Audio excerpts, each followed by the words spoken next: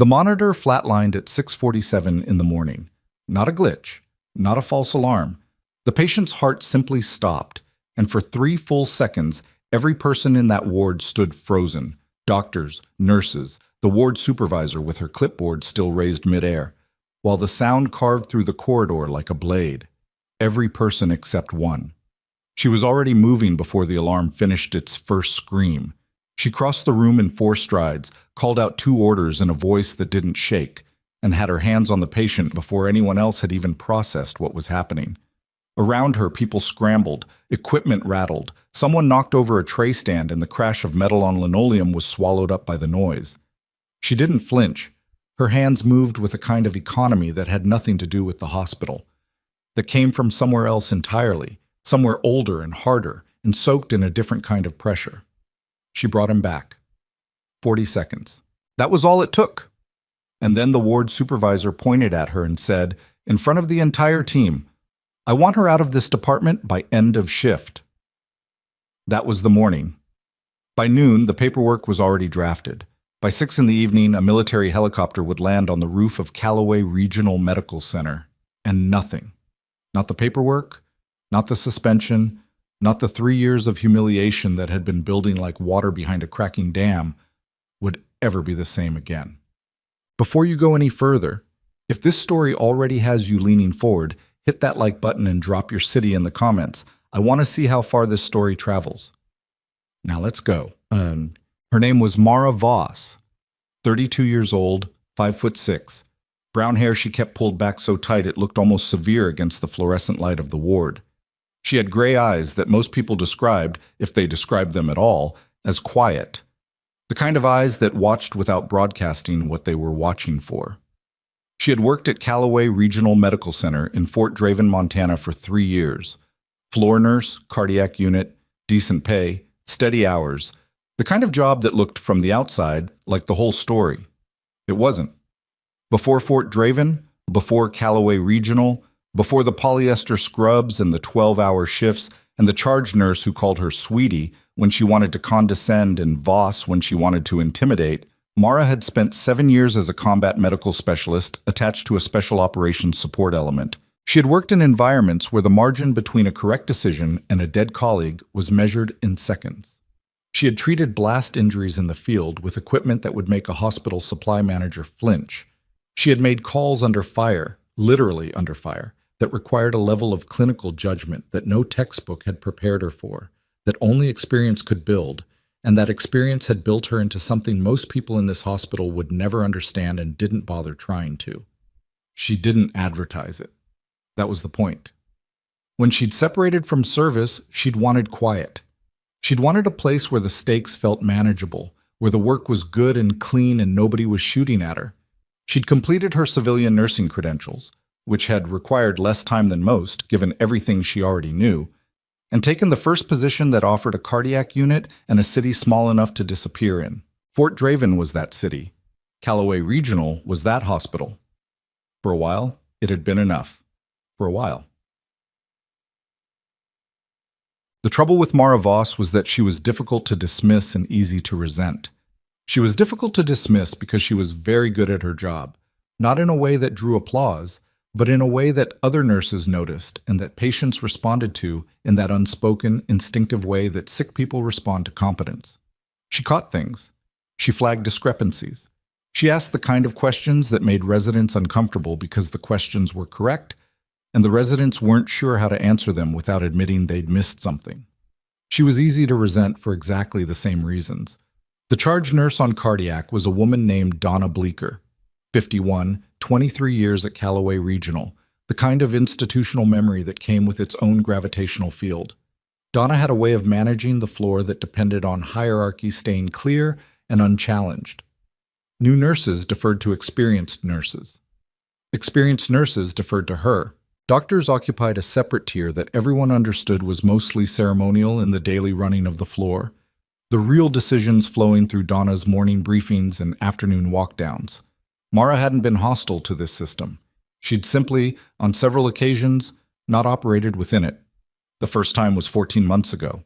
A medication calculation that Donna had approved and Mara had quietly flagged to the attending physician directly.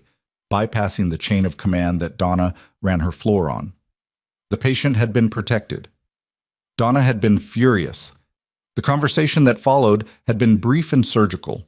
Donna had explained how the floor worked. Mara had nodded and said she understood. What she hadn't said was that she'd do it again if she had to. She hadn't needed to say it. They both already knew.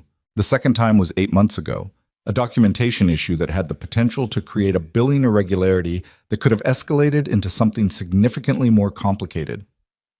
Mara had gone to the floor supervisor. The floor supervisor had gone to hospital administration. An audit had followed that nobody senior had enjoyed. The issue had been corrected. Several people had been inconvenienced. Mara's performance evaluation that quarter had described her as technically proficient but demonstrates difficulty integrating into team culture, which was the kind of institutional phrasing that meant she doesn't keep her mouth shut. And then there was this morning. The patient in room 14 was named Elliot Granger, 71 years old, admitted 2 days ago for chest pain, hypertension, elevated troponins. The working diagnosis was unstable angina. The treatment plan was conservative: medication management, monitoring, stress tests scheduled for tomorrow. Mara had read his file during night handover, and something had caught her attention. Not one thing, several things, arranged in a pattern that the file, read in the way most people read files, quickly, looking for the headline, didn't make obvious. The troponin trend wasn't right for the diagnosis that had been assigned. His blood pressure response to the initial medication was off, in a way that suggested the medication wasn't treating the underlying problem, just pressing down on the numbers. And there was a note buried in his admission history, 2 lines, added almost as an afterthought by the intake physician, that described a brief episode of confusion 2 weeks prior that Granger had attributed to dehydration. Mara had stood in the corridor outside room 14 at 5:30 in the morning and felt a very specific kind of stillness that she'd learned to pay attention to. It wasn't panic. It was the opposite of panic. It was the clarity that arrived when a situation was worse than it looked. She had paged the overnight attending. Dr. Fenwick Carr, 34, second-year attending, the kind of doctor who had learned just enough to stop being as wrong as he used to be, but hadn't yet learned how wrong he could still be. He'd called her back 6 minutes later from somewhere that sounded like the physician lounge. Background noise of a television, the specific flatness of a room people used to wait in rather than work in. "What is it, Voss?" "The patient in room 14. Granger. I think his presentation is more consistent with an acute coronary event than unstable angina. His troponins are trending in a way that his workup was reviewed by the attending physician of record yesterday." "I understand that. I'm looking at the trend from last night's draws, and I think we should pull a new set now and consider calling cardiology." A pause. Then, "It's 5:30 in the morning. I know what time it is." Another pause, longer. "Voss, the man is stable. His vitals are within acceptable range. His plan is set. Don't overcomplicate a straightforward admission because you want to be thorough at 5:30 a.m. She had stood there a moment. "I'd like my concern documented. I'll note that nursing flagged it." His tone had the precise quality of someone filing something away in a drawer they never intended to open. "Is there anything else?" There wasn't. She'd said no, and he'd hung up, and she'd stood in the corridor outside room 14 and looked at the door and felt the specific weight of a situation she couldn't force, only watch. She'd watched it for exactly 1 hour and 17 minutes before Elliot Granger's heart decided the conversation was over. The code had lasted 40 seconds by Mara's count from the moment she got her hands on him. She'd had the crash cart positioned before the monitor finished alarming. She'd started compressions with the kind of depth and rhythm that came from muscle memory built in conditions this hospital had never produced, called out for epi before the code team had fully assembled, and managed the first 2 minutes of that room with a composure that had looked, to the nurses who arrived behind her, almost uncanny. The way someone looks uncanny when they've done a version of this before that made everything that came later seem slow. He'd come back with a sinus rhythm at 6:47 and 15 seconds. The cardiology fellow who arrived 4 minutes later, Dr. Sasha Brent, dark circles, coffee in hand, clearly just called from home, had looked at the monitor, looked at Mara, and said, "What happened?" "ST elevation, V2 through V4. I think he's been in a slow STEMI since at least last night. He needs the cath lab. Brennad looked at the strip, said nothing for a moment, then said quietly, "Yeah, he does."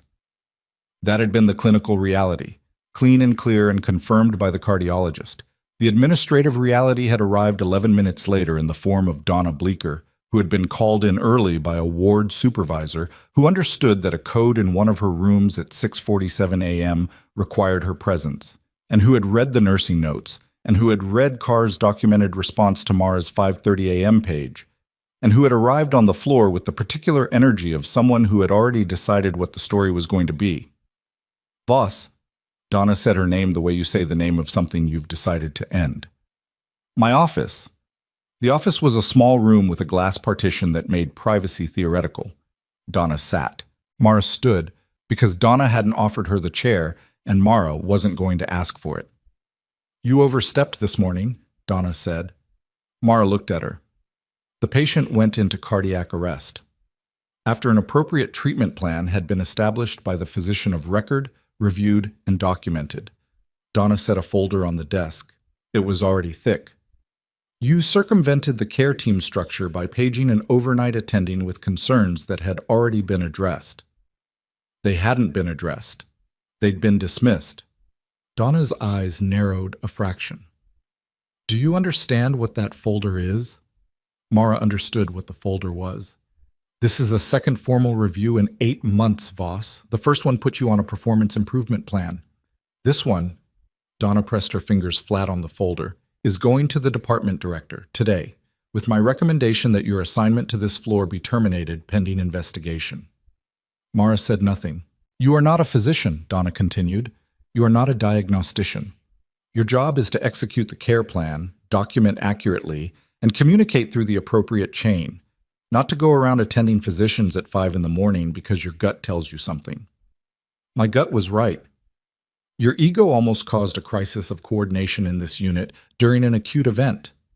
Donna's voice hadn't risen. It didn't need to. "I'm not interested in whether you were right. I'm interested in whether this floor functions, and right now you are a disruption to that function." Mara looked at the folder. She looked at Donna. She thought of 7 things she could say and said none of them. Then she said, "Are we done? You're relieved of patient assignments pending review. You'll complete the rest of your shift in a non-clinical support capacity. The paperwork goes up today." Mara walked out of the office and back into the corridor and stood for a moment under the fluorescent lights, with the sound of a functioning cardiac unit moving around her. Monitors, carts, the quiet, purposeful noise of people doing their jobs, and she felt something she hadn't felt in a long time, which was the very specific exhaustion that comes not from physical effort, but from being correct in a situation that refuses to reward you for it. She went back to work. Non-clinical support capacity. She restocked a supply cart. She updated discharge paperwork. She answered a call light in 14's room. Granger was in the cath lab by then, the room empty and reset, as if the morning had already been filed away. Well, by 10 a.m., word had traveled the floor the way word always traveled in a unit this size. Not through any official communication, but through the specific osmosis of people who spent 12 hours together in a space the size of a large house. Everyone knew about the code. Everyone knew about the meeting with Donna. Everyone had an opinion, expressed or withheld, based on their own calculus of risk. Mara heard variations of it in the break room, in the supply corridor, in the handoff between 2 CNAs near the nursing station who didn't realize she was within earshot. "She's been trouble since she got here." "Yeah, but Granger would be dead." "They said she took over the whole code. Like, just took it over." "That's not... she doesn't have that authority." "I know, I'm just saying." She ate lunch alone in the cafeteria. A habit, not a reaction, and looked at her phone for the first time since 5 a.m. There were 3 texts from a colleague named Pam Okafor, who worked nights and was technically off duty, but who had clearly heard something and was running the specific kind of worried concern that came from actual friendship. "Hey, are you okay?" "And then I heard about the thing with Bleecker, and then just call me when you can." Mara texted back, "I'm fine, talk later." She wasn't sure if that was true. She was considering it. She thought about Granger in the cath lab, thought about the troponin trend she'd read at 5:30 a.m., the two buried lines about confusion, the specific geometry of a presentation that didn't match its own label. She'd been right. That hadn't saved her. Being right in this particular institution, in this particular structure, was not the same as being protected. She'd known that. She'd known that going in every job she'd ever held in this building. She'd known it in the military, too. The difference being that in the military, the consequences of being wrong had been measured in blood, not paperwork, which had a clarifying effect on how much the hierarchy actually mattered versus how much it thought it mattered. She was thinking about that, about the difference between a hierarchy that protected something real and one that only protected itself, when her pager went off. It was the nursing station. She went back. The ward supervisor, a man named Gideon Marsh, who'd been in hospital administration long enough to have grown a layer of protective neutrality over whatever he'd once actually thought about things, met her at the station with an expression she read immediately. He wasn't looking at her the way he normally looked at her. He was looking at her the way people look when they know something they're not sure how to hand over. "Voss?" he said. "What?" "Room 14 is occupied again." She looked down the corridor. The door was closed. "Granger's still in the cath lab." "Different patient," Marsh paused. "He was admitted through a separate intake process, not through the ER." Another pause. "There are people with him. They came in a separate vehicle and they've been cleared by hospital security." Mara looked at him. "What kind of people?" Marsh looked at the door and then back at her and said, "The kind that make me uncomfortable, professionally." She walked toward room 14. The door was cracked. Through it, she could see a man in a hospital bed. Late 60s, she estimated. Broad-shouldered, even lying down. The kind of physical presence that didn't entirely disappear with age or illness. He was hooked to a portable monitor that wasn't hospital issue. She could see that clearly from the doorway. It was compact and military grade and worth more than most of the equipment on this floor. Beside the bed stood two people in civilian clothes, whose civilian clothes were doing only moderate work of concealing the fact that they operated in a world where civilian clothes were a deliberate choice rather than a default. One of them looked up and saw her in the doorway. "Can I help you?" His voice was flat in a particular way. "I'm one of the nurses on this floor," Mara said. "If there's a patient in this room, he's under my unit's care. His care team has been arranged. Not through this hospital, it hasn't." A pause. The two of them looked at each other in the economical way of people who communicate in shorthand. Then the man on the bed spoke. His voice was rough, slightly breathless, not from weakness exactly, more from the effort of operating at a level below what he was accustomed to. "Let her in." The man at the door stepped back. Mara walked in. She looked at the patient. She looked at the monitor. She looked at the IV line. Good placement, someone knew what they were doing, and at the medication labels on the bedside table, and she read them with the same automatic, rapid processing she'd used at 5:30 in the morning, looking at Granger's file. She looked up at the patient. He was watching her with very still, very dark eyes. She'd seen eyes like that before. Not a type exactly, but a quality. The quality of someone who spent a professional lifetime making assessments of other people and had gotten good at it. "What's your name?" he said. "Voss. Mara Voss." Something shifted in his expression, so small it was barely a shift at all, more like the recognition of something that surprised him, though he kept the surprise internal with the ease of long practice.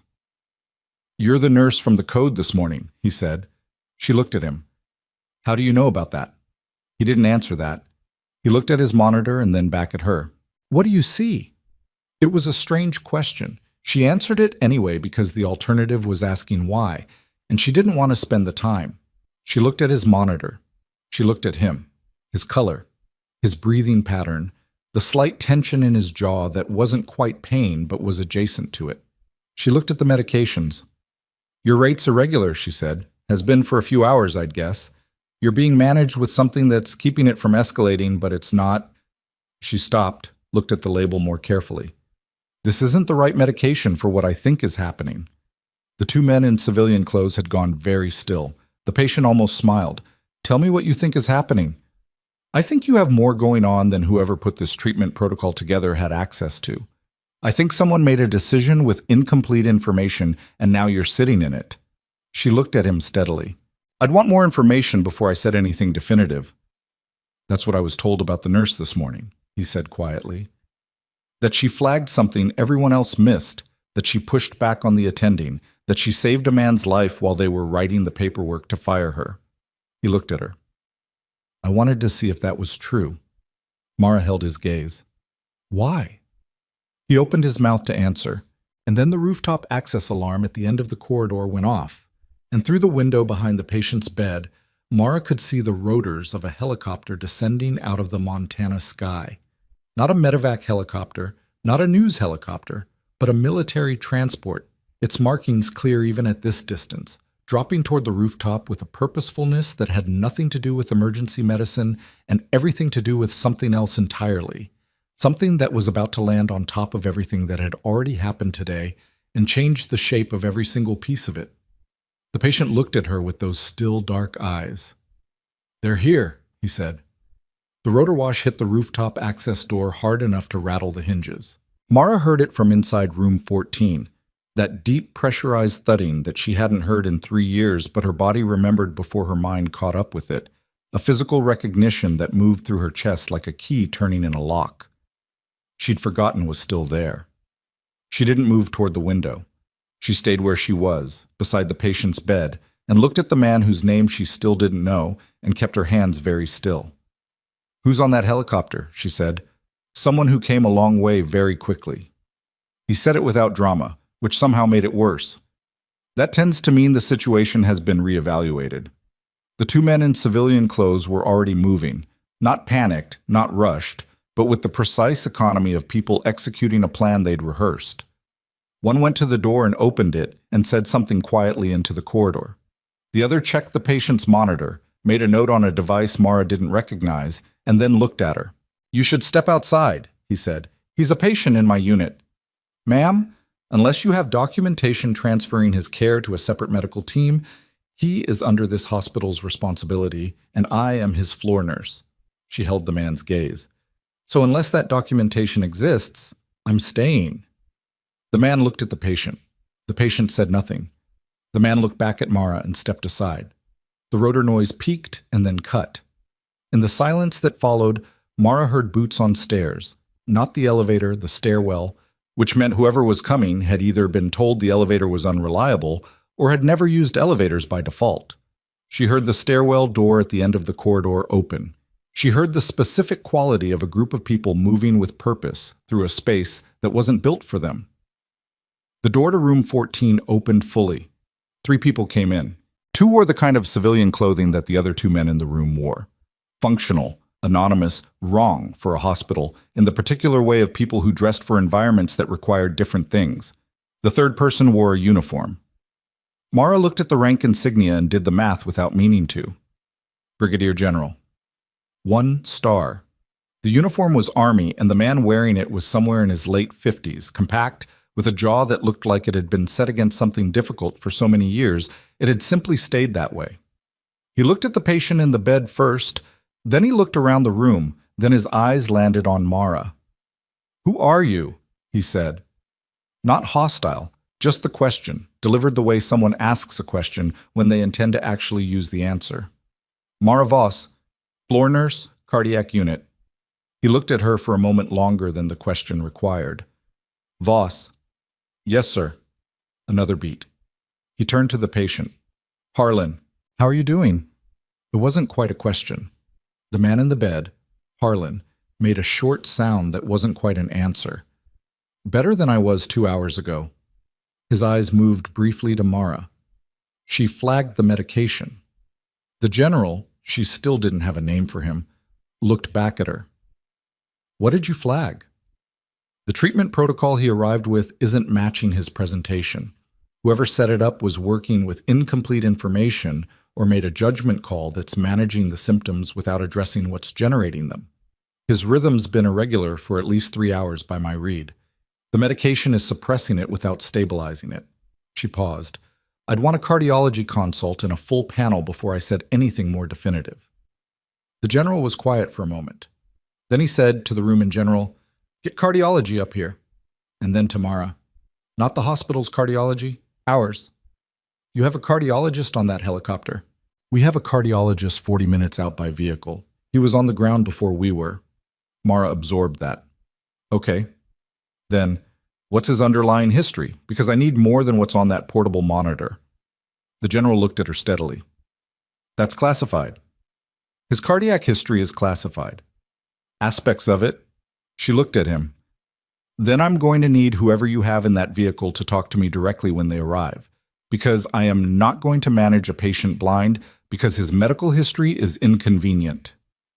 Nobody in the room said anything for a moment. Then the general said, "Fair enough."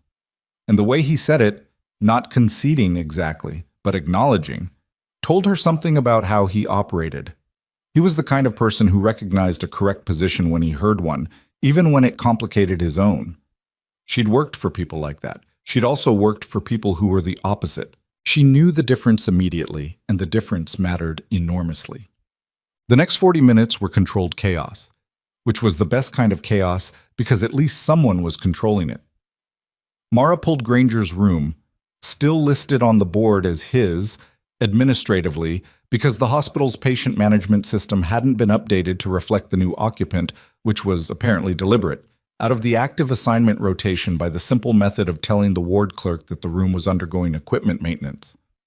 The ward clerk, a 22-year-old named Toby, who had the specific quality of someone who asked very few questions, marked it accordingly and moved on.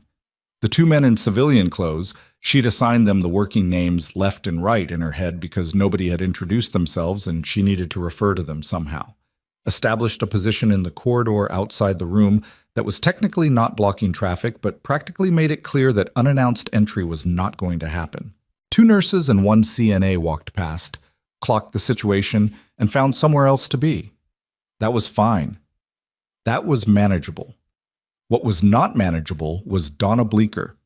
Mara had put her out of her mind for the 40 minutes of immediate crisis management, which was a skill she'd developed over years of operating in environments where there were always multiple simultaneous threats, and the only way to function was to triage them brutally and deal with the lower priority ones later. Donna had been lower priority. Donna had now become current priority, because Mara came around the corner of the nursing station to get an additional monitoring cable and found Donna standing there with Gideon Marsh and a man Mara recognized as Dr. Paul Renwick, the department director, a title that in this hospital meant the person administration went to when they needed someone with a medical credential to sign off on an administrative decision. Renwick was 58, silver-haired, with the particular brand of authority that came from institutional longevity rather than clinical distinction. He'd been at Callaway Regional for 19 years. He knew where everything was and how everything worked, and he had, over the course of those 19 years, learned to be very effective at protecting the institution from the people who might disrupt it, which he had come to regard as approximately the same thing as protecting medicine itself. He looked at Mara the way people look at a problem they've decided to solve before they've finished reading it. "Voss," he said, "I understand you're on restricted duty pending review. That's correct? Then can you explain what you've been doing in room 14 for the past 40 minutes? Mara looked at him. "There's a patient in that room. The room is listed as under maintenance. I listed it that way for patient privacy reasons. The patient is there and requires care." Renwick's expression didn't change. "The patient was admitted through a channel that bypassed normal intake. I have no chart, no admission paperwork, and no care team assignment for whoever is in that room. I also have 3 people in my corridor who are not hospital staff and who are actively making my nursing team uncomfortable. I understand that's inconvenient." "It's not inconvenient, Ms. Voss. It's a liability issue. This hospital cannot manage a patient whose medical record we don't have access to, whose care has not been coordinated through our systems, and whose accompanying personnel refuse to identify themselves to security." His voice was even. "I need you to step away from that room and let me handle this." "With respect," Mara said, and she meant exactly none of the courtesy that phrase was supposed to convey. "The patient in that room is experiencing a cardiac irregularity that requires monitoring. I am the only clinical staff member currently engaged with his care. If I step away and something happens in the next 30 minutes before your team is brought up to speed, the liability question is going to be significantly larger than it currently is. Renwick looked at Marsh. Marsh looked at his shoes. Donna said, "She's on restricted duty, Paul. She should not be providing any patient care." "I'm aware of her status." "Then she needs to step back from this room, and we need to establish, there is a general officer in that room," Mara said. The corridor went quiet. Not completely. There was still the ambient noise of the floor, the monitors, the distant sound of a cartwheel that needed lubricating. But the specific human noise stopped. Donna stopped. Renwick stopped. Marsh, who had been looking at his shoes, looked up. "A general officer," Renwick repeated. "United States Army. He arrived on the helicopter that landed on the roof approximately 40 minutes ago. He is currently in room 14 with a patient who was transported here under his oversight. There is also a military cardiologist en route who should arrive in the next 20 minutes. She looked at Renwick steadily. "I'd suggest that before you make a decision about my status or that room's access, you think carefully about what the documentation on that decision is going to look like." Renwick said nothing for a long moment. Then he said, "I need to make a call." "That seems wise," Mara said, and went back to the supply cabinet for the monitoring cable she'd originally come for. The military cardiologist arrived in 19 minutes. His name was Major Elias Trout. She got that from the introduction he offered, brief and without preamble, when he walked into room 14 and found Mara already there. He was 40, lean, with the slightly compressed energy of someone who'd traveled hard and fast and hadn't fully decompressed from the motion yet. He looked at the patient, looked at the monitor, looked at Mara. "You flagged the protocol," he said. "It wasn't managing the underlying rhythm issue." "I know. I'm the one who set it up, and I was working with a limited history." He said it without defensiveness, which she respected. "What are you seeing now?" She walked him through it. He listened without interrupting, which was also notable. When she finished, he looked at the monitor for a long moment and then said, "Okay, here's what I'm missing from the history." And he told her, efficiently and without unnecessary qualification, the relevant pieces of Harlan's cardiac background that changed the picture entirely. Not everything, she understood that, but enough. Enough to understand why the initial protocol had done what it had done and why it needed to change. They worked together for the next 20 minutes with the specific efficiency of two people who had both operated in conditions where inefficiency had consequences. She didn't ask his credentials. He didn't explain them. They moved around each other in the limited space of the room like people who understood what the other one was doing without needing it narrated. When they finished, the patient's rhythm had stabilized into something that was still irregular, but was irregular in a way that was being correctly managed rather than incorrectly suppressed. Harlan looked slightly better. Color improved, the tension in his jaw reduced by a degree that was subtle but real. "Better," Trout said, looking at the monitor. "Yes," Harlan said. The general, who had been standing in the corner of the room for the entire 20 minutes, in the particular way of senior officers who knew when to stay out of something clinical, said, "Trout, I need a prognosis timeline. He needs a proper facility, not a hospital admission through the front door, a controlled transfer to a secured medical environment, 24 hours minimum, probably 48, before I'm comfortable with the stability of this rhythm under normal activity conditions." "We can arrange that." "I know you can. I'm telling you the timeline." Trout looked at Mara. "You probably saved him about 2 hours of deterioration by catching the protocol issue." "Somebody would have caught it," she said. "Maybe. In 2 hours." He said it matter-of-factly. In his situation, 2 hours was not a comfortable window. She didn't respond to that. She was looking at the monitor, making sure the latest adjustment was holding, and she was also, in the peripheral way she'd learned to do most things, tracking the sounds from the corridor, the specific quality of the noise out there, which had changed in the past 10 minutes. More voices, more footsteps, the register of something institutional organizing itself around a situation it hadn't expected and wasn't sure how to process. Harlan was watching her. She'd noticed that he did this, watched her with that still, assessing quality that wasn't surveillance exactly, but wasn't casual either. They're going to try to remove you again, he said. They were already trying to remove me. They're going to try harder now. Because you've been in this room and you know things. And the easiest way for the people running this hospital to control the narrative of this morning is to control who's talking about it. He paused. That's how institutions work. I'm familiar with how institutions work. He looked at her for a moment. I know you are. That's why I asked to meet you. She turned from the monitor and looked at him directly. You said that before. That you asked to meet me. You knew who I was. I knew your name. When they briefed me on the situation here, the code this morning, the nurse who flagged the patient nobody else was watching, I recognized your name. He held her gaze. I know your service record, Sergeant Voss. She was quiet for a moment. Nobody had called her that in 3 years.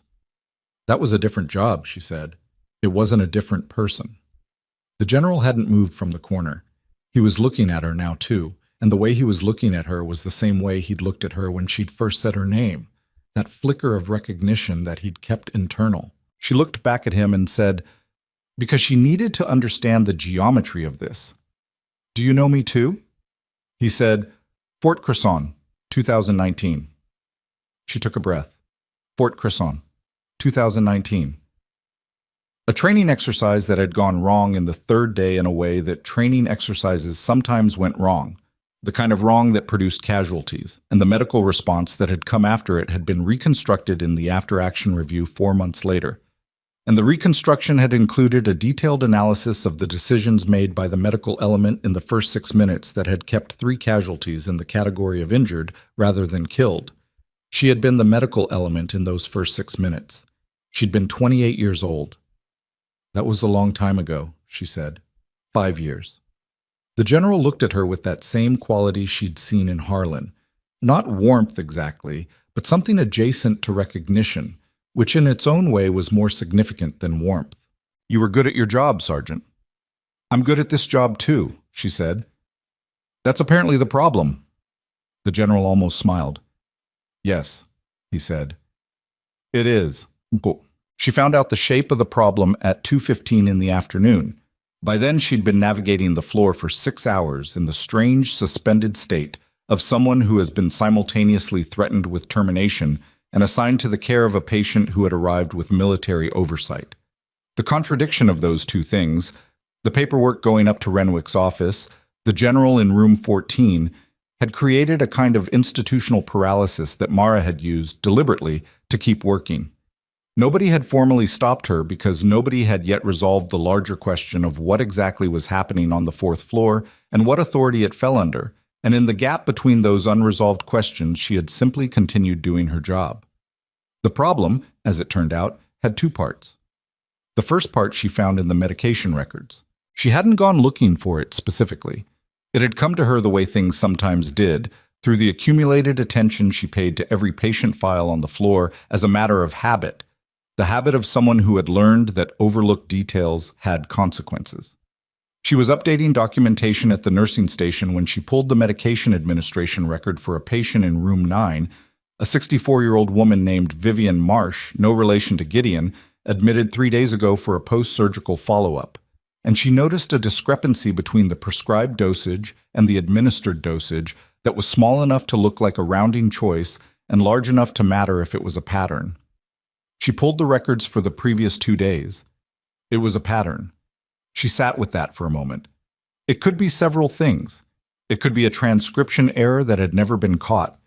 It could be a consistent mistake by one staff member. It could be something else, something that required a different kind of explanation. And the fact that it had been consistent across 3 days and across at least 2 different nurses suggested that it wasn't random. She copied the records, put them in her locker, said nothing to anyone. The second part found her in the form of a conversation she wasn't supposed to hear. She was in the medication room off the main corridor. Small, supply-lined, door with a slow closer, when she heard Renwick and Donna Bleecker in the corridor outside, close enough that their voices came through the gap clearly. They weren't shouting. They were talking with the specific urgency of people who thought they were private. If she's been in that room for 6 hours with a classified patient, we have a documentation problem regardless of how this resolves. I know that, Paul. The general's people have been asking about our policies on patient confidentiality, which means someone is building a record. She was on restricted duty. She shouldn't have been in that room in the first place. We document that and we're protected. We document that she was on restricted duty and we still let her function in a clinical capacity for 6 hours. That doesn't protect us, Donna. That makes it worse. A pause. Then what do you want to do? I want this resolved before the end of the day. I want Voss formally suspended, not just on restricted duty, formally suspended with cause. And I want the documentation tight enough that whatever questions come from whoever's on that helicopter, we have a clear paper trail showing that her involvement was unauthorized and against direct orders. Mara stood very still in the medication room. Carr will corroborate on the 5:30 a.m. page, Donna said. Make sure he does it in writing. Today. Renwick's voice dropped slightly. And Donna, if any of those people from the helicopter start asking Voss questions directly, I want to know about it before she answers them. The voices moved away down the corridor. Mara stood in the medication room for another 15 seconds. Then she opened the door and walked back to the nursing station with the steady, even movement of someone who has just completed a calculation and knows the answer and doesn't like it but is going to work with it anyway. She had 3 things now. The code this morning, the medication discrepancy in room 9, the conversation she'd just heard. She needed to decide what to do with all 3 of them before Renwick got his paperwork finalized, because once the formal suspension went through, her access to everything changed. The medication records she'd already copied. The conversation she'd heard she could document from memory. The code was already in the record. Granger was alive and in the cath lab, and whatever Carr had documented about her 5:30 a.m. page was already in the system. But there was a 4th thing she hadn't fully processed yet. A 4th thing that had been in the back of her mind since the moment she'd walked into room 14 and found a patient with a portable military-grade monitor and a medication protocol that didn't match his presentation. The man in room 9, Vivian Marsh, the medication discrepancy. 3 days. Consistent. She pulled the physician of record for Vivian Marsh, Dr. Fenwick Carr. She looked at that for a moment. Then she looked at the other files on her section of the board, the 4 other patients assigned to her area, now technically assigned to a coverage nurse since she was on restricted duty, but still visible to her in the system. She pulled Carr's other patients. She pulled his medication orders across the week. It took her 12 minutes to find the 2nd discrepancy. Another 6 to find the 3rd. Different patients, different medications. The same specific quality of small, consistent pattern deviation from prescribed dosage that looked like a rounding choice and wasn't. She was saving the last file when her pager went off. Room 14.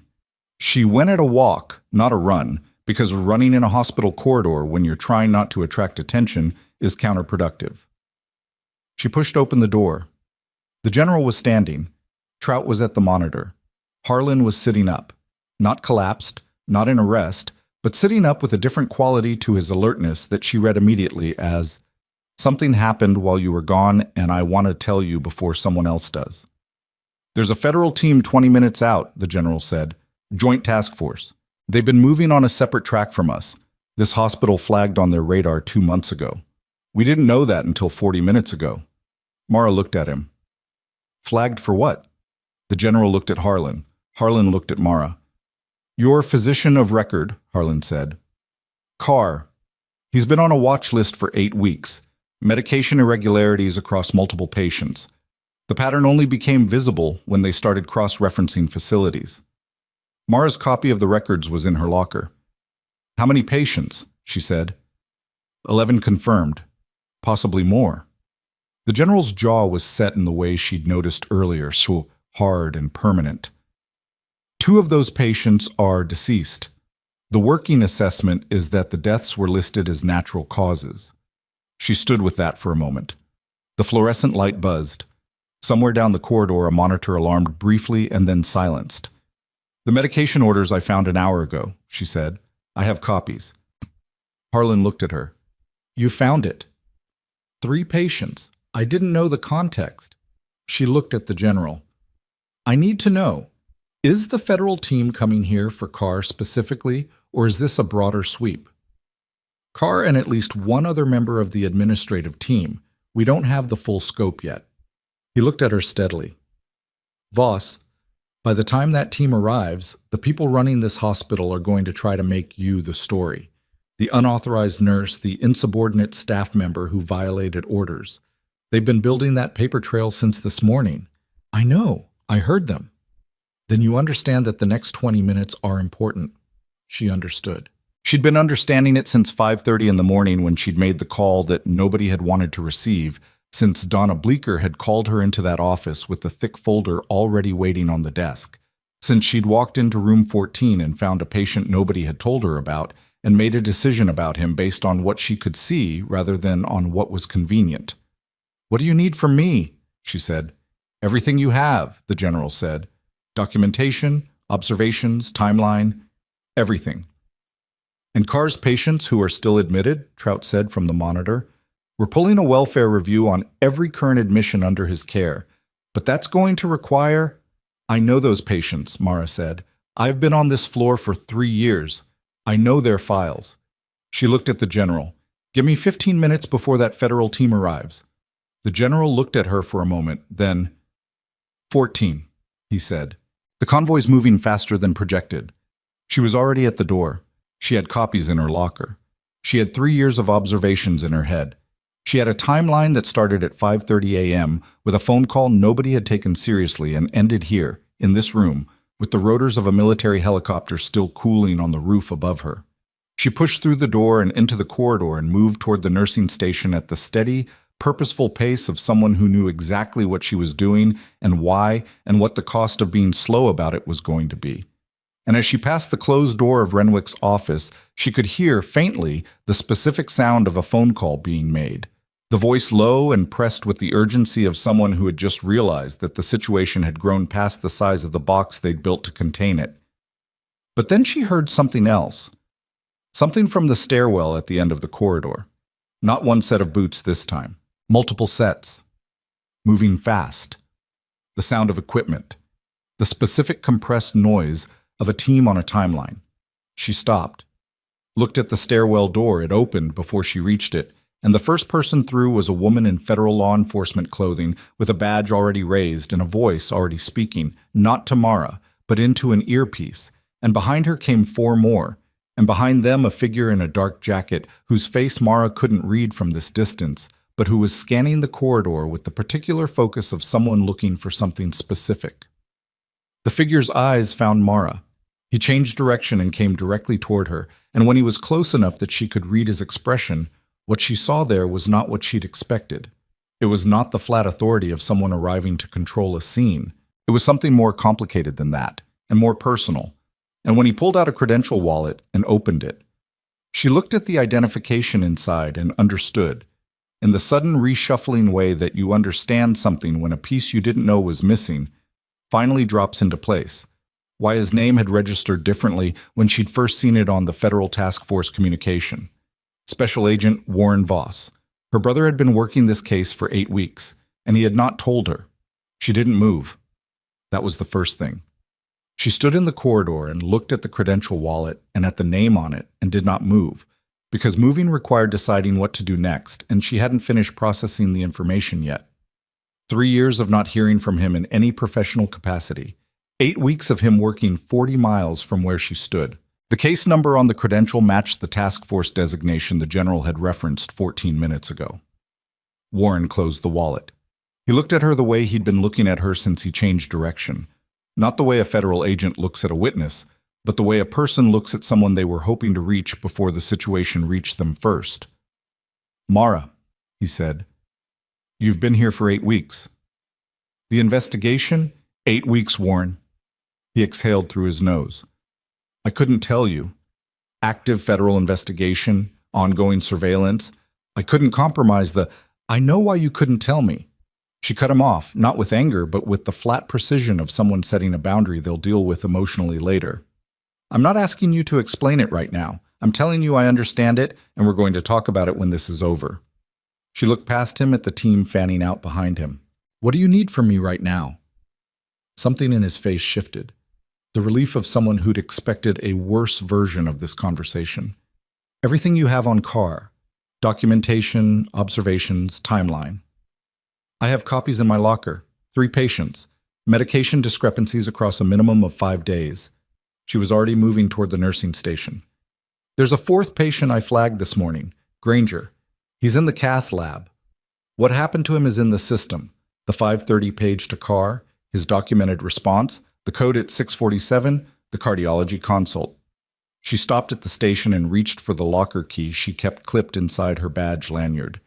You said 11 confirmed. 11 with clear documentation. The 2 fatalities are being reviewed by the medical examiner's office. Warren was keeping pace beside her, his voice low enough to not carry down the corridor. CAR's not the only one. There's an administrative layer involved. The irregularities required someone to manage the documentation. The medication orders, the billing records, the charts. One person can't cover all of that. Mara opened her locker, pulled the copied records. Renwick. Warren looked at her. I heard him on the phone at 2:15. He was building a paper trail to suspend me with cause before your team arrived. He knew you were coming. She handed Warren the copies. He said the hospital flagged on your radar 2 months ago. If he knew that, he had a source inside your investigation or inside the hospital who was feeding him timing. Warren took the copies without looking at them. His jaw was doing something she recognized from childhood.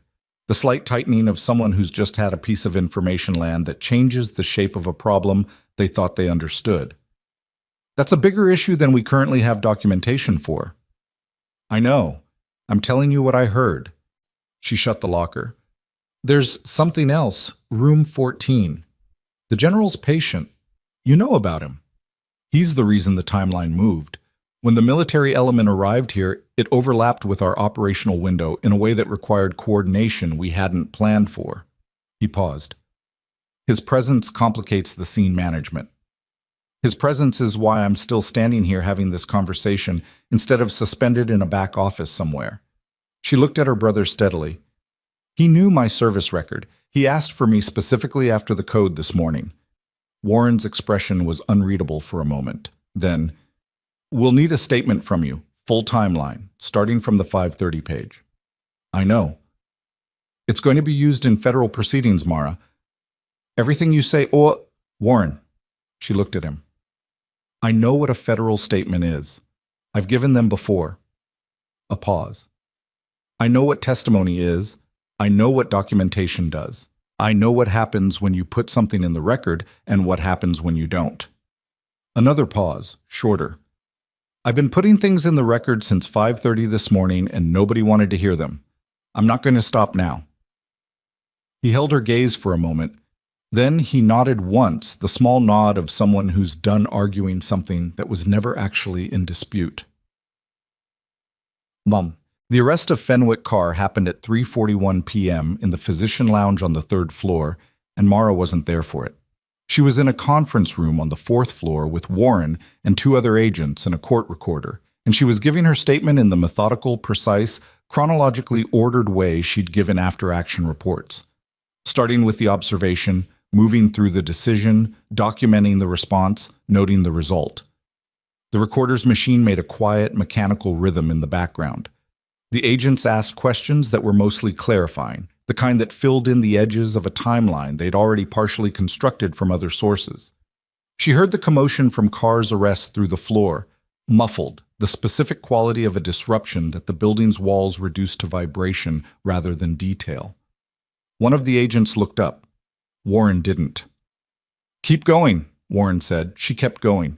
What she didn't know, because she wasn't there to see it, was that Carr had walked into the physician lounge at 3:38 to find 2 federal agents already waiting, which meant that someone had told him the lounge was clear, someone who had been wrong, or who had given him bad information deliberately, or who had not been told that the timeline had moved. He had stood in the doorway for a long second, looking at the agents with the expression of a man watching the version of his future he'd been maintaining collapse faster than he could think of what to say about it. And then he'd sat down without being asked, which the agents later noted in their report as an indication that whatever he'd been carrying for the past 8 weeks had been heavier than he'd looked. Renwick's situation was more complicated. When the agents arrived at Renwick's office at 3:55, they found it occupied by his administrative assistant and a legal brief that had been printed in the last 90 minutes. Renwick was not there. He had left the building at 3:20, which was 19 minutes after the federal convoy had arrived in the parking lot, which meant that someone had told him they were there, which circled back to the source question Warren had noted when Mara had told him about the 2:15 phone call. The legal brief on his desk was addressed to the hospital's board of directors and described, in detailed and carefully qualified language, a series of decisions made by nursing staff, unnamed but the framing left nothing ambiguous, that had violated established care protocols, bypassed the chain of command, and potentially compromised patient confidentiality.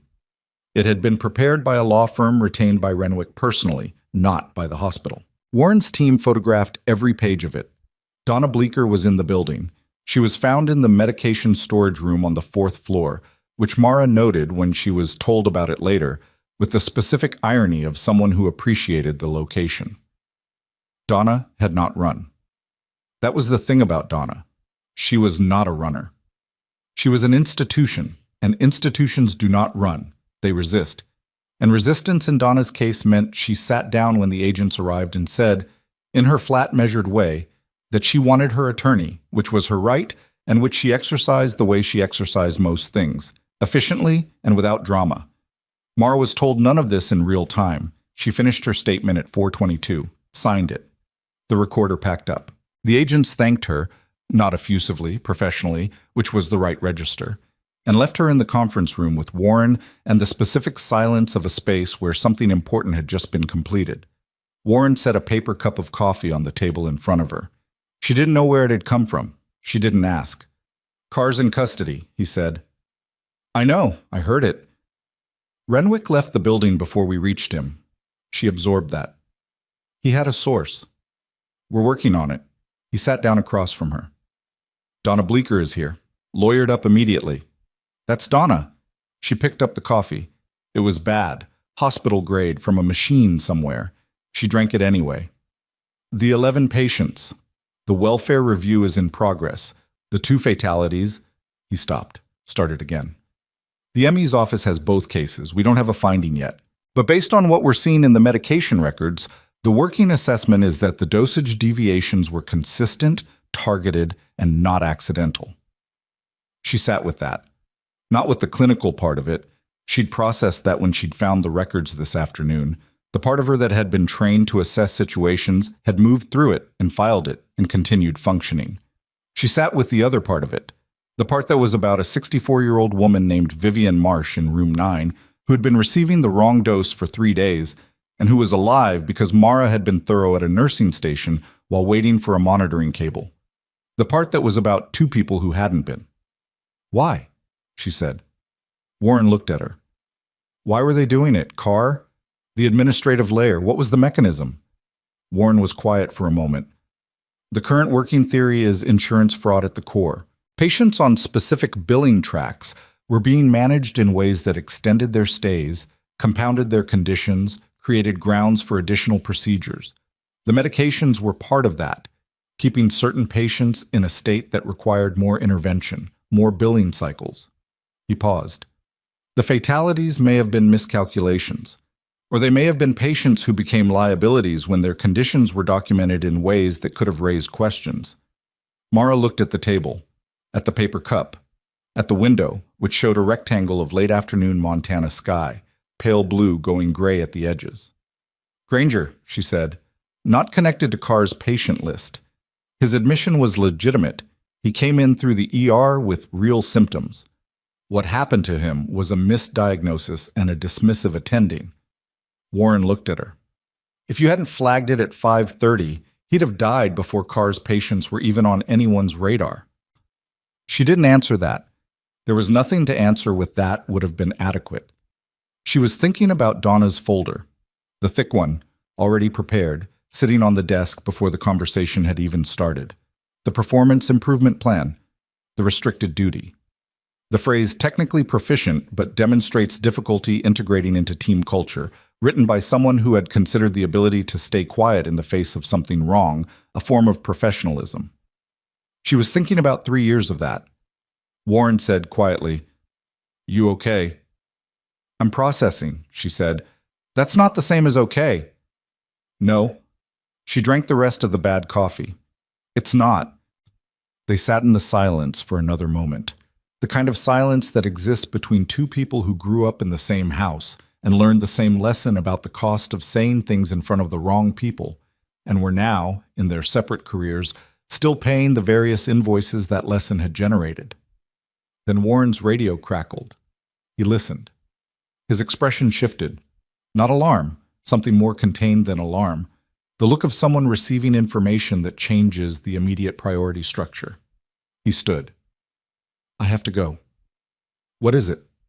He looked at her, and for the first time since he'd walked through that stairwell door, his expression had something in it that she couldn't fully read, which was unusual, because she'd been reading Warren Voss's expressions since she was old enough to understand that expressions carried information. Renwick, he said. He's been located. Where? Warren paused. The radio crackled again. He's in the building, Warren said. He never left. Mara stood. Where in the building? Warren was already at the door. He looked back at her with that unreadable expression and said, Room 14. She was 3 steps behind Warren when he went through the conference room door, and she stayed 3 steps behind him because she understood, without being told, that she was not the lead on what was about to happen, and that her presence in this corridor was going to require justification that she'd better have ready. The justification was simple.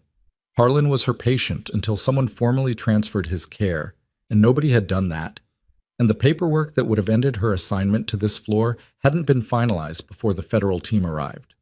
She was, technically, still the floor nurse on cardiac. She'd checked. She'd checked it deliberately 40 minutes ago when she'd signed her statement, the same way she'd checked Granger's file at 5:30 in the morning, not because she was looking for a fight, but because information about where you stood was the first thing you needed before anything else became available. Warren moved fast. She matched him. 2 of his agents were already at the door to room 14 when they reached it, arrived from the other end of the corridor, from the stairwell, which meant the team had been repositioning while she was still in the conference room. She understood now why Warren's radio had produced that expression. Renwick hadn't run. He'd gone to the one room in the building that had the most leverage in it. The door was closed. Warren stopped in front of it, looked at his agents. One of them held up a single finger. Someone inside had made contact, and pointed to his ear. Audio. They had audio from somewhere inside the room. Warren put out his hand, palm down. Hold. Mara stood at his shoulder and listened. Through the door, muffled but audible, because these were hospital doors, interior, designed to muffle medical noise, not to seal a space, she heard Renwick's voice. He wasn't shouting. That was the first thing. He was using his professional voice, the measured, even register she'd heard in the corridor and in his office over 3 years. The voice of someone who had spent 2 decades making decisions sound like reasonable conclusions. She heard the general's voice. Lower, harder. She couldn't make out the words. Then Renwick again. Something about records. Something about authorization. Warren looked at his agent. The agent shook his head slightly. Whatever was being communicated inside the room hadn't reached a threshold yet. Mara said very quietly, He's not there for Harlan. Warren turned his head a fraction. Harlan has nothing Renwick needs. The case is already moving. Carr is in custody. The documentation is in federal hands. Whatever Renwick was trying to build this afternoon is already compromised. She kept her voice below the level that would carry to the door. He's in there because the general is in there.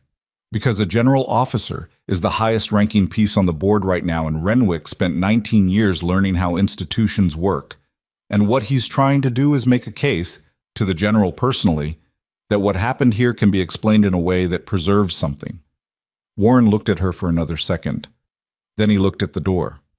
He's not a threat, she continued. He's negotiating. He's in a room with a classified patient and 2 armed personnel without authorization. Yes. And he knows that, which means he thinks the conversation is worth the charge. She paused. What does he have that's worth that? Warren's jaw did the thing. He looked at his agent again. The agent pulled out a device and turned the screen toward him. A transcript, running live. The words appearing in short, irregular bursts as the audio processed. Mara read over Warren's shoulder. Can verify the billing records were flagged internally before the federal investigation. That documentation exists.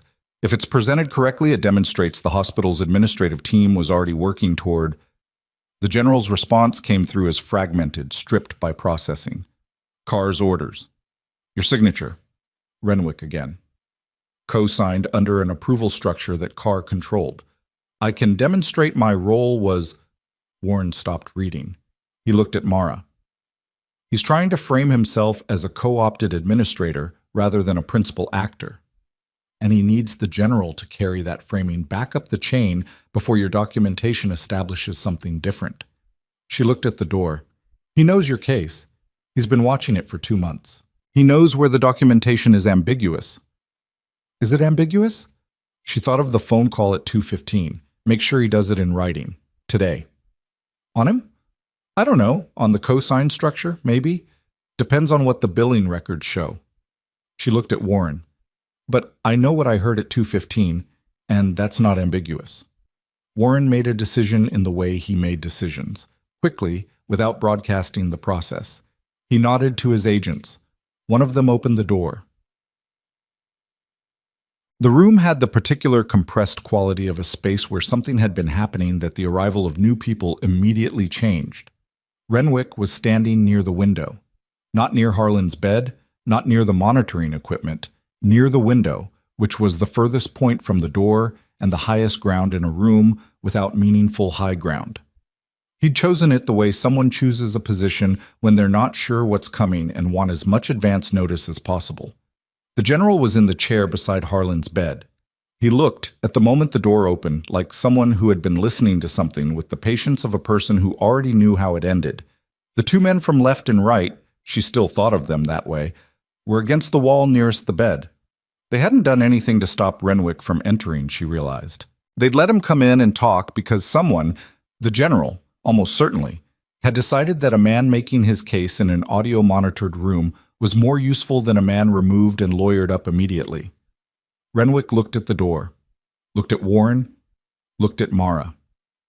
Something went through his face, not panic, because Renwick wasn't a man who panicked, but the specific recalculation of someone who has just had a variable enter the equation they weren't accounting for. Ms. Voss, he said. Steady. You're still on restricted duty. My patient is in this room, she said. I'm doing my job. Your job, Mr. Renwick. Warren stepped forward and held up his credential. The credential that Renwick had obviously known was in the building for the past 40 minutes, but that now, presented formally in this room, carried a different weight. I'm going to need you to come with me. Renwick looked at the credential, then at the general. The general was watching him with an expression that had closed entirely. Whatever patience had kept him listening for the past 10 minutes had concluded. I'd like to continue my conversation with... That conversation is over, the general said. His voice had exactly one register, and this was it. Renwick stood at the window for a moment that lasted longer than it should have. Then he reached into his jacket. Warren's agents moved, not dramatically, but definitively, the slight repositioning of people whose job required them to close distance when hands went toward bodies. What Renwick pulled out was not a weapon. It was a folded document. He held it out toward the general. This is the internal audit trail I referenced, dated 6 weeks ago. It demonstrates that I flagged Carr's billing irregularities through internal channels before the federal investigation made contact with this hospital. His voice was controlled in the way of someone performing controlled. My cooperation with that internal process is documented. My co-signatures on the medication orders were made in the context of an approval structure I had no reason to believe had been compromised at the time of signing. That is the factual record. Nobody moved for a moment. Then Warren took the document from Renwick's hand, looked at it, passed it to the agent beside him without expression. Thank you, Warren said. You can present that to your attorney. He nodded to his agents. They took Renwick out of the room and the door closed behind them, and the room was, abruptly, quieter than it had been all day. Mara stood in the middle of the floor and looked at the patient monitor. The rhythm was holding. The adjustment she and Trout had made 3 hours ago still governing the display in the steady, imperfect way of a managed condition, not a resolved one. And she let herself stop for the first time since 5:30 in the morning. Not stop moving. Stop performing the constant background calculation of what was coming next and what it required, and whether she was positioned correctly for it. Just stop that for 30 seconds and exist in the room. Harlan was watching her. He'd been watching her from the moment the door opened. He'd watched her through the entire scene with Renwick, through Warren's arrival, through the agent's repositioning, through the hand going into the jacket, and the collective breath the room had taken. And he'd watched her the same way he'd watched her all day, with that still, assessing quality that she'd stopped finding unnerving a couple of hours ago. "You didn't flinch," he said when he reached into his jacket. "Yes." "I read that he wasn't going for a weapon about half a second before he moved," she said. "The posture was wrong for it. He was reaching for something he'd prepared." Harlan was quiet for a moment. "You still read people that way?" "Apparently," the general said from his chair.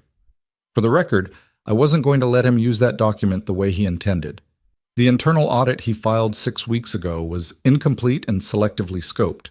We have independent documentation of his sign-off on 4 of Carr's most critical medication orders, 2 of which correspond to the fatalities." Mara looked at him. "Then he knew that too. He knew the document wouldn't hold." "Yes." "Then what was it for?" "Time," the general said. "He was buying time. Whatever's in this hospital that he hasn't secured yet, documentation, records, something he needed to move or access or get to someone before your brother's team locked the building down completely." He looked toward the window. "He had a reason for choosing this room to stall in. That's worth thinking about." Mara looked at the room, the monitor, the portable equipment, the 2 members of left and right against the wall. She looked at left, the one who'd been nearest the door all day, whose operational role had been corridor-facing. "When he came in, did he touch anything?" Left looked at her, then at the general, then back at her. "He went to the window immediately. He didn't approach the bed or the equipment. He didn't need to approach them." She crossed the room to the monitoring equipment, the compact military-grade unit that had been positioned beside Harlan's bed since he arrived, the unit that was not hospital-issued, that had come with him from wherever he'd come from. She looked at it without touching it. "This unit stores data, patient data, monitoring history, vitals." Left said behind her, "It's encrypted." "I know, but it's also networked, isn't it? For remote monitoring, for secure transmission to your medical team." She looked at the unit's display, at the small indicator light in the lower left corner that she'd noticed this morning without cataloging as significant because she'd been focused on the patient's clinical status. "That light was off when I came in this morning. It's on now." Silence. She looked at Wright. "Does that light being on mean what I think it means?" Wright moved to the unit fast. He looked at it and looked at left and said one word that wasn't addressed to anyone in the room, but was clearly a communication to someone outside it. Then he pulled the unit's network connection, a physical disconnect, quick and deliberate, and the light went off. "Someone attempted a remote access query on this unit in the last 12 minutes, Wright said. "It was denied by the encryption protocol, but the query was logged." The general was standing. "He came in here to try to access Harlan's medical record," Mara said. "Not through the hospital system, through the military unit, because the military unit holds his real history, the classified parts. That's what Renwick wanted. Not time, not the general's support for his framing. He wanted to know what was in that record." "Why?" the general said. "Because 2 people are dead. And if Harlan's medical history shows a specific pattern, conditions Carr might have treated or been involved in treating, even peripherally, then whoever's above Carr and Renwick in this structure wants to know if there's a thread that leads back to a patient profile they didn't expect to find here." She looked at Harlan. "Who knew you were coming to Fort Draven?" Harlan's expression had gone to the same place the general's had. Closed, calibrated. "A small number of people." "Inside the hospital or outside it?" "Outside." He paused. "The decision to route to Callaway Regional was made at the last moment based on proximity and security profile. It wasn't a planned destination. Then someone with access to your movement data knew in the last 12 hours that you were here, and they needed to know if your medical file contained anything that connected you to what's been happening at this hospital." She looked at the general. "The fraud and the medication scheme aren't the whole story, are they?" The general looked at her for a long moment. He looked at Harlan. Some exchange passed between them. Not verbal, not even a change in expression exactly, but the particular communication of people who have worked together long enough to think in each other's shorthand. "No," the general said. "They're not." "What?" Warren came back into the room 14 minutes later with two agents and an expression that had moved past the compressed urgency of the afternoon into something harder and flatter that Mara recognized as the look of someone who has opened a door expecting one room and found a hallway. Renwick lawyered up immediately, he said. His attorney was already in the building, waiting in the lobby. He looked at the general. The attorney arrived at 3:10, which is 10 minutes before we made contact with Renwick's office. Before he was formally in custody, the general said. Before we'd even confirmed his location. Which means the attorney was called before Renwick knew he needed one, or the attorney was already on retainer with instructions to go to the hospital under specific circumstances. Warren looked at the disconnected monitoring unit. What happened? Mara told him. He listened without interrupting, which she'd noticed was his method when information was changing the structure of something he thought he understood. When she finished, he looked at the unit for a moment and then at his agent. I need the query log from that device, and I need to know whose access credentials were used. Wright said, that goes through a secure military channel. I understand that. Warren looked at the general. I'm going to need cooperation on that request. The general said, You'll have it. Warren absorbed that and moved on. The internal audit document Renwick provided. We've had our forensic accountant looking at it for the past 12 minutes. The document is real. It was filed 6 weeks ago. It was also filed in a way that copied Carr and blind copied a third-party address that we're currently trying to identify. He paused. It wasn't a whistleblower report. It was a communication. He was telling Carr, and whoever that third address belongs to, that he'd created a document that could serve as his cover story if the investigation moved faster than expected. The room was quiet. So Carr knew 6 weeks ago that Renwick might flip on him, Mara said, or that Renwick had built himself an exit that didn't include Carr. Warren looked at her. Which means whatever relationship those two had, it wasn't a partnership, she said. Renwick was positioned above it the whole time. Carr was the mechanism. Renwick was the structure. Warren looked at her for a moment that lasted the specific length of a brother recalibrating something about a sister. Yeah, he said. That's the working theory. She thought about Carr in the physician lounge at 5:30 this morning, his voice flat with the particular flatness of someone performing authority they no longer fully believed in. She thought about the way he'd said, it's 5:30 in the morning, as if the time of day was a refutation of clinical observation. She thought about 11 patients and 2 deaths, and the specific mathematics of what someone needed to tell themselves to continue doing what he'd been doing. Carr wasn't a good person who'd made bad choices, but she didn't think he'd been the one driving the thing. He'd been useful. That was different. The third-party address, she said. The blind copy. Working on it. It's not Donna Bleecker. Warren looked at her.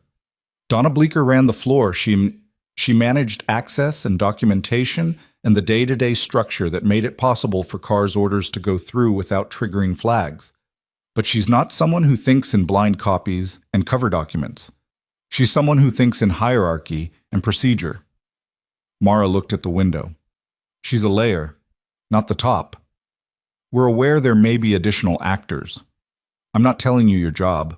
I'm telling you what I know about these people from 3 years of working here. She looked back at him. Renwick's attorney being in the lobby at 3:10 means someone made a call the moment your convoy pulled into the parking lot. Renwick couldn't have done that himself. He was in his office trying to build a paper trail. Someone else was watching the parking lot. Warren looked at his agents. One of them was already on a phone. She had said what she knew. The rest of it was their machinery to run, not hers. She understood the boundary. She went back to Harlan's monitor, rechecked the rhythm. Still holding, still imperfect, still correctly managed. She checked the IV line. She made a note in the paper log she'd been keeping because the hospital's digital system had Harlan listed under a maintenance flag, and she wasn't about to document a general officer's cardiac status in a system that Renwick's administrative team had had access to all day. Harlan said, quietly enough that only she could hear it. You should know something. She looked at him. The investigation your brother is running, the fraud, the medications, the billing scheme, it's real and it matters, and the people who ran it are going to answer for it. He paused. But the reason Renwick wanted my file has nothing to do with that investigation. She waited. 3 years ago, he said, before you came to Fort Draven. There was a contracting review for a federal medical services program. The program supplied medication management systems to regional hospitals under a specific federal subsidy structure. The review was classified. The outcome of that review was that the program was flagged for potential diversion, medications being siphoned from the supply chain before reaching the hospitals they were billed to. She looked at him. Callaway Regional was part of that program. Yes. And the review was closed without formal finding, he said, because the principal reviewer died. Cardiac event. 63 years old, no significant prior history. He looked at her steadily. He was a patient at Callaway Regional for 6 days before he died. The room was the same temperature it had been all day. The monitor made the same sound. Outside the window, Montana was going dark in the way Montana went dark in October. Early, total, without ceremony. Fenwick Carr was his attending physician, Harlan said. She stood very still. And the federal contracting program that supplied medications to Callaway Regional, the one with the diversion flag that never produced a formal finding because the reviewer died, was administered through a company whose principal stakeholder, through 3 layers of holding structure, is the same attorney who walked into this hospital's lobby at 3:10 this afternoon. Mara looked at her brother across the room. He was still on the phone. He hadn't heard any of this. She looked back at Harlan. How long have you had this? Long enough to know that coming here, to this hospital, was not a coincidence. My routing here was last minute and unofficial, and someone who knew my movement profile knew within hours. His voice was even. Exhausted, she thought, but even. The people who want my medical record don't care about my heart rhythm. They want to know if I was formally briefed on the contracting review before it was closed. If I was briefed, and if that's in my file, then I'm a thread that connects the closed review to an active federal fraud investigation to a potential homicide that was never classified as one. Are you? He looked at her. Were you briefed on the review? He didn't answer immediately. He looked at the monitor, at his own hands, at the window. Then he said, That's what I came to Fort Draven to decide whether to disclose. Mara turned and looked at her brother. He had just ended his phone call. He looked up and met her eyes across the room, and the expression on his face, the one she knew better than almost any expression on any face she'd ever read, told her that whoever had been on the other end of that call had just told him something that changed the size of what they were standing inside. He walked toward her. The blind copy address, he said. His voice was low and controlled and working hard to stay both of those things. Our tech team traced it. She waited. It routes through a legal services entity registered in Delaware. 3 layers of holding company. He paused. The final principal stakeholder is a woman named Patricia Lowell. She's the managing partner of the firm whose attorney is currently sitting in our interview room with Renwick. He looked past her at Harlan, then back at her. She's also a former federal contracts administrator who was removed from her position 4 years ago during a review of a medical supply program. He stopped. Mara, her removal from that position, the formal documentation of the reason for her removal, it was signed by a 3-person review committee. She looked at him. One of those committee members died at this hospital 3 years ago, he said. One retired and moved out of the country last year. He held her gaze. The 3rd one, the one who wrote the primary finding, we just identified his current location. Her stomach went to a specific cold place. Where is he? She said. Warren looked at her with the expression she couldn't read earlier, the one that was personal rather than professional, the one that had been there from the moment he'd walked through the stairwell door and found her standing in the corridor. Room 9, he said. He was admitted 3 days ago under a name we didn't recognize because his legal name changed after the review. He came in for a post-surgical follow-up. Room 9, Vivian Marsh. She was on her feet and at the door before Warren finished the sentence, and he was already moving too, and behind her she heard the general say something sharp to left and right, and the corridor outside was dim and fast, and the door to room 9 was 60 feet away, and she was already calculating. 3 days, consistent dosage deviations. Carr's patient, the medication she'd flagged this afternoon that had been the wrong amount for 3 days. Calculating whether 3 days was enough, whether the margin was still recoverable, whether she was going to push open that door and find a patient who still had time, or one for whom time had already made its decision without anyone's permission. She hit the door at a run and went through it. Checked.